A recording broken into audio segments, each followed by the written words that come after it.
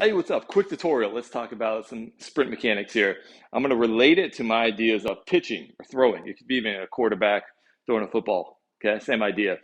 We want to look at timing and sequencing with sprinting because that's important. What's happening with our limbs, and at certain points, certain features are maybe doing a quick ISO so it can anchor, so then that the next joint or segment can accelerate faster, right? It's the same thing back to throwing.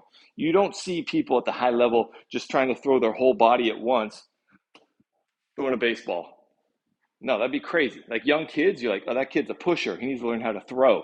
Or you'll see some pitchers that are younger, and they'll be like, oh, it looks like he's throwing, not pitching, right? Because he's not really getting the sequence of the timing down. Quarterbacks, sometimes you can see them like when some of the younger athletes over just push, and like their whole body is kind of boop instead of segmenting piece by piece, and then right, whipping your hand, right? A baseball player, that pitcher at the last second, right? Because at some point something had to work isometrically or contract or right, like sequence it so it's poof, so this could whip through.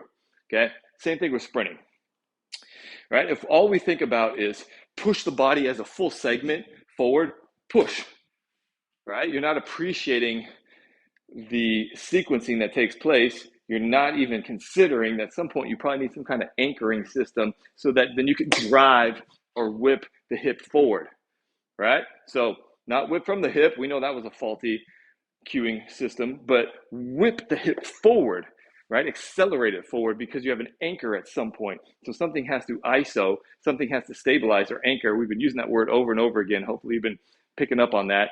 So you're doing drills to create an anchor system. So then why? You can really accelerate that hip forward because it's a sequencing issue. Right? Something to think about.